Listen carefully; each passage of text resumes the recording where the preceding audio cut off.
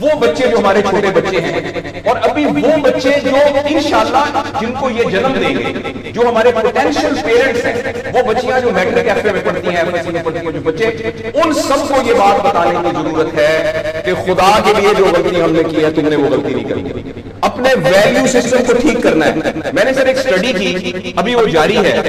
تقریباً 1800 بچوں سے میں نے پوچھا تم کس جیسا بننا چاہتے ہو، اور یہ 8 سال سے کم عمر کے بچے ہیں۔ آپ یقین کریں بچوں نے جو کہا وہ یہ کہا میں میسی کی طرح بننا چاہتا ہوں جو فٹ بالر ہے، کسی نے کہا میں عاطف اسلم کی طرح بننا چاہتا ہوں،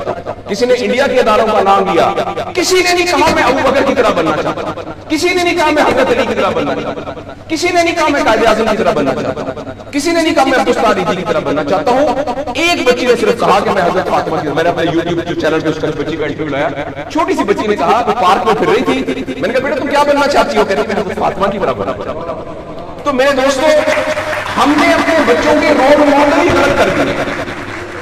ہم نے اس لیے مجھے اور آپ کو بہت سیریسلی اس بات پر غور کرنا ہے۔ میں آپ سے عرض کروں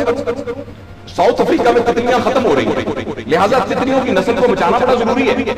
اچھا پانڈا ختم ہو رہا ہے، پانڈا کو بچانا بہت ضروری ہے۔ انسان پانڈا اور تتلیاں نہیں ہیں، انسان ختم نہیں ہو رہے،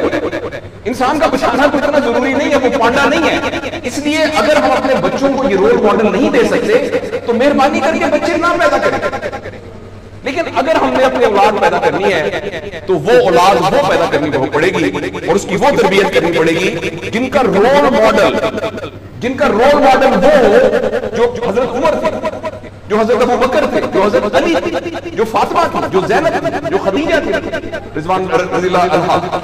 یہ ہمارے رول ماڈل ہمیں پیدا کرنے پڑیں گے اور یہ تب ہوگا جب ہمارے اندر سے یہ دو چیزیں ختم ہوں گی۔ نمبر ایک، ہم پیسے کی بنیاد پر اپنے آپ کو بڑھانا سمجھیں، اور دوسرا یہ کہ ہم فرد کو فرد کے لیے تیار نہ کریں، فرد کو معاشرے کے لیے تیار کریں۔ میرا بیٹا جو 1100 میں سے 1100 نمبر لے کے ڈاکٹر بن کے ایک جگہ پر اسسٹنٹ پروفیسر لگا ہوا ہے، معاشرے کو کیا فائدہ ہوا ہے؟ اور ہم میں سے آپ سوچیں کہ اللہ لوگ عموماً ہم سب لوگ جب اللہ کا شکر ادا کرتے ہیں کہ یا اللہ تیرا شکر ہے 3 مرلے کے مکان میں رہتے تھے، اب ماشاءاللہ کوٹھی ہے 2 کنال کے اندر، اور سائیکل پہ ابا جی جاتے ہوتے تھے، لیکن الحمدللہ ہمارے پاس اب 2-3 گاڑیاں ہیں، اور چھٹیاں تو سوال ہی پوادے کر جاندے ہوتے سی، کدے کدے گوڑ کھاندے سی، خراس دے۔ اب ہم سارے دوربن میں جاتے ہیں چھٹیاں گزارنے، کبھی کبھی انگلینڈ بھی جاتے ہیں۔ اللہ کا ہمارے اوپر بڑا کرم ہو گیا، اس غلط فہمی سے ہم اپنے آپ کو نکالیں۔ اللہ کا کرم یہ ہے کہ میری وجہ سے، جیسے انہوں نے ویڈیو دکھائی ہے کہ ہمارے یہاں کوئی بلڈ کا کچھ نہیں ہوتا تھا، شکر ہے میری وجہ سے یہ بلڈ والا کام شروع ہو گیا۔ میں ڈاکٹر ہوں، یہ والی سروس یہاں موجود نہیں تھی، اللہ کا شکر ہے کہ یہ والی سروس اب یہاں موجود ہو گئی ہے۔ اللہ کا شکر ہے کہ سروس اورینٹڈ جب تک ہم اپنے بچوں کو نہیں ڈیولپ کریں گے اس وقت تک، میں آپ کو بہت دکھ سے اعلان کرتا ہوں، بڑی ہی تکلیف کے ساتھ، میں بہت آپٹمسٹ آدمی ہوں، میں یونیورسٹیوں میں جاتا ہوں، کالج میں جاتا ہوں، بچوں سے بات کرتا ہوں، اگر ہم نے اگلے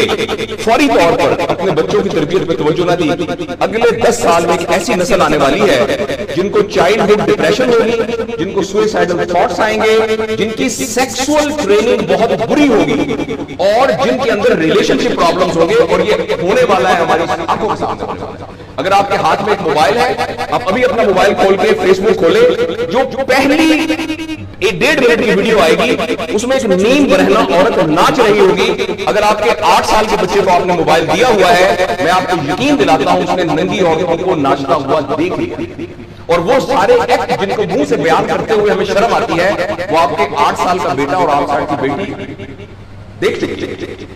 اس سارے میں ایز اے پیرنٹ ہماری بہت رسپانسبلٹی ہے کہ ہم اس میں انٹروین کریں اور ان کو فزیکل ٹائم دیں، اور ٹائم دے کے ہم یہ 2 چیزوں پر مینلی کام کریں، تو انشاءاللہ العزیز ہمیں امید ہے کہ معاشرہ بچ جائے گا۔